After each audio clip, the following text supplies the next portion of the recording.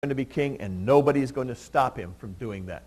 So David has everything that Saul wants. He has the kingship. He has his opportunities to do this. And David because David is the man after God's own heart. He reveres God. And this is something that we need to talk about a little bit.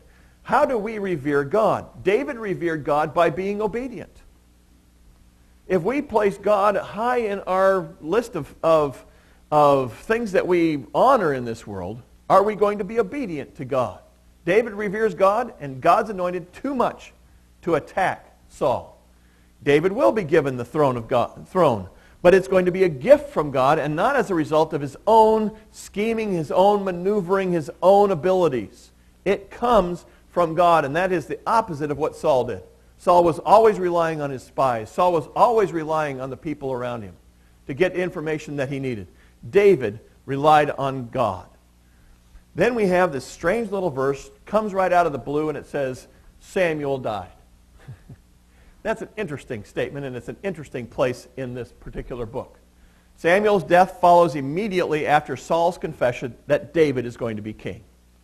That's important, because now everybody has come to see the truth of what Samuel has predicted, and so he can die. But it's also a time that David needed Samuel. He needed to know that God was on his side, and now that's taken away from him. And he has to learn to grow in his own right. He can't rely on Samuel anymore. And what is he going to do? His anchor is gone. His foundation is gone. Is he going to continue on serving the Lord? You can read about other kings of Israel who, when their spiritual mentors were gone, they just went off the deep end. What is David going to do? And so we come to this story with Nabal, who rejects David's request. Now, David leaves En-Gedi.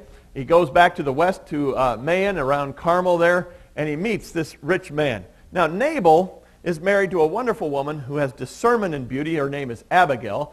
Nabal's name means fool.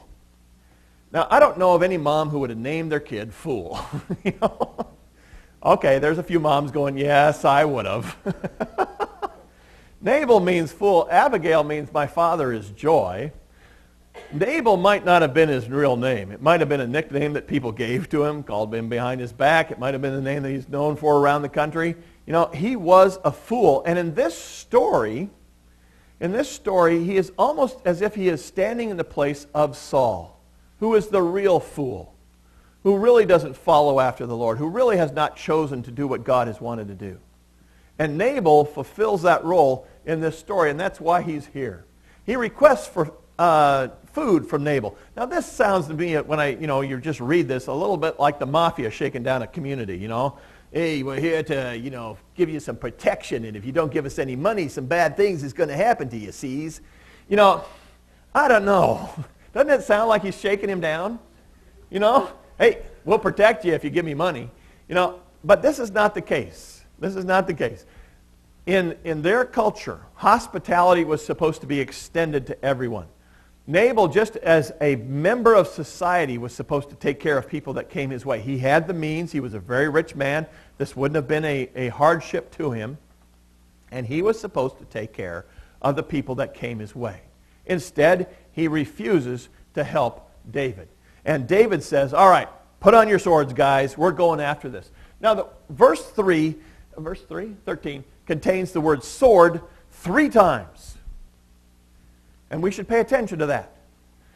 Is David going to rely on the sword? Earlier in this book, in chapter 17, when he's about to face Goliath, it says, it is not by sword or spear that God will provide the victory, that God saves. It's by his work in this world. It's not by a sword, but now he seems to be relying on the sword. Is he going to follow after what God has to say? Well, then Abigail, being the marvelous woman that she was, intercedes on Nabal's behalf.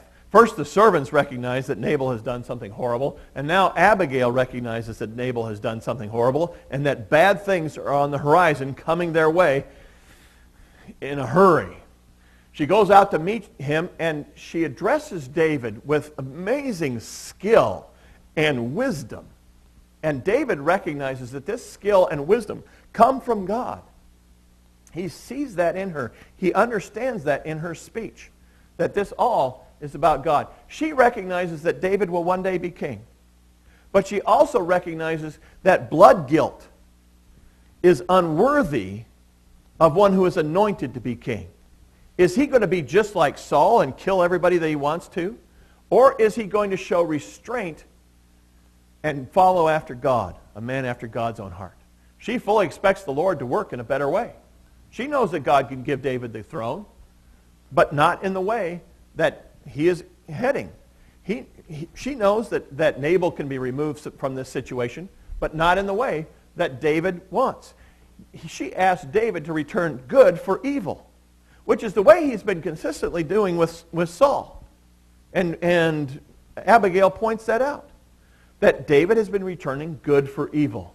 And that's what she wants him to do. And so Abigail reminds David of who he is, the anointed one. David learns from this whole situation. He learns that personal restraint is going to be good for him in the long run. He learns that God is working. But he doesn't have to strive and to get this on his own maneuvering. If he just waits for God to work, it'll work out for him. David might take matters into his own hand. He might be master of his own fate. But then he would not be guided by the Lord. He'd be just like Saul. David needed to learn this lesson in this chapter. To take matters into his own hand would be just like Saul. Well, Abigail was right. Nabal dies. He's killed. David doesn't have to do it. And then when David hears about it, and he goes and takes Abigail as his wife. As usual, God has turned a negative into a positive. God does this all the time. He takes the negative things in our lives and turns them into a positive thing. The Nabal episode plays a very important part in the story of 1 Samuel. David's speech shows that he's discovered that patience and restraint are the best way to get God's best in our lives. We need to understand that as well. David had to learn this to make himself a good king. Abigail's speech explaining that taking the long-term view is a good thing. David needed to learn that. He couldn't just go out and get what he wanted. When he did, bad things happened.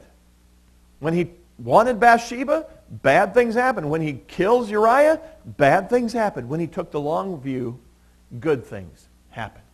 Just as David needed